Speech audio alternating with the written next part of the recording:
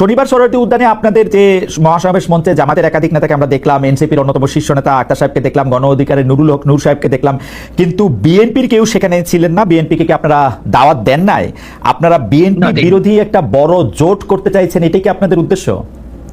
না, আমরা PR system নির্বাচন চাই। আচ্ছা, যেহেতু বিএনপি পিআর সিস্টেম চায় না, ওকে, আমাদের মূল বক্তব্য ছিল তিনটা: সংস্কার, বিচার, পিআর সিস্টেম নির্বাচন। ওকে, যেহেতু এই পিআর সিস্টেমের নির্বাচনে যারা ঐক্য, আমরা তাদেরকে দাওয়াত দিয়েছি। বিএনপি যদি ঐক্য ছিল না, জন্য দাওয়াত দিইনি। বিএনপি যদি আজও বলে আমরাও পিআর বিশ্বাসী, আমরা তাদেরকে দাওয়াত দেবো ভবিষ্যতে, সমস্যা নেই।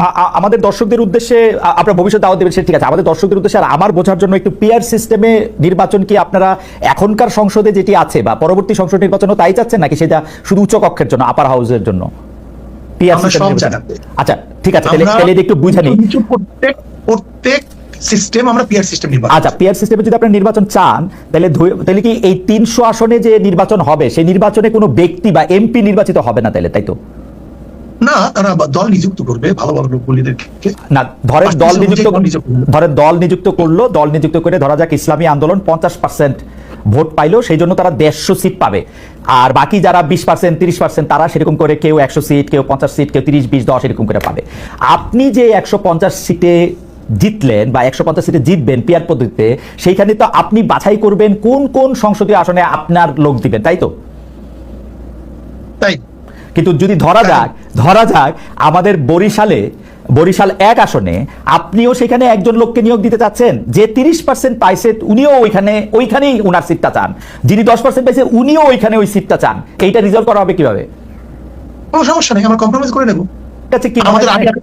আমার কাছে কি মনে হয় জানেন, আপনি আমাকে কারেক্ট করেন ইফ আই এম রং, আমার কাছে মনে হয় যে আপনারা তড়িঘড়ি করে এই পিআর সিস্টেমের কথা বলতেছেন, পিআর সিস্টেমটার ভালো মন্দ বিবেচনা না করে, সম্ভাব্যতা বিচার না করে আপনারা পিআর সিস্টেমটা করার সময় এইটাও ভুলে গেছেন যে একটা 300টা আসনে আপনার 300টা ব্যক্তি গুরুত্বপূর্ণ। আপনি মনে করতেছেন শুধু মার্কাটা পাস করে আসলেই হবে, এরপর আপনি টেবিলে বসে 10টা লোককে আপনার ইচ্ছা মতো নিয়োগ দিবেন।